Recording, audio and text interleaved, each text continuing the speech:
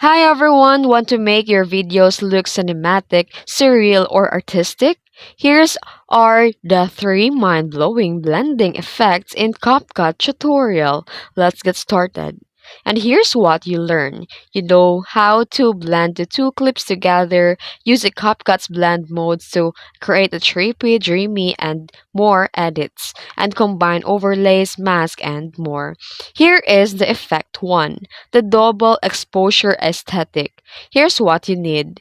You need a portrait video or a landscape or cityscape video. And to create it, just open your CapCut and click the new project and add your portrait video. And tap overlay to add a landscape clip. Then tap the overlay for the blending and choose lighten, overlay, or screen. And here you can use opacity to balance the blend and add a mask if you want to show only parts of the background. And thus effect 2, the energy power up burst.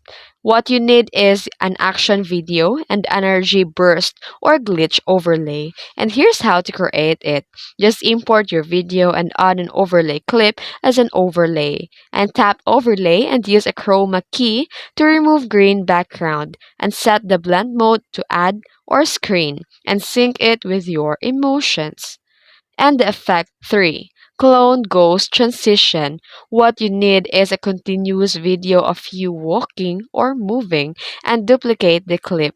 To create it, add original clip to the timeline and tap overlay and add the same clip again. An overlay, then blending, choose an overlay or multiply, then shift the overlay clip slightly to create a ghost trailer and adjust the opacity for a faded clone effects. And that's it. Experiment with the blending modes, use a soft light, hard light, or difference, and layer multiple overlays for advanced effects. If you found this video tutorial helpful, don't forget to like and subscribe for more tutorials. Thanks for watching.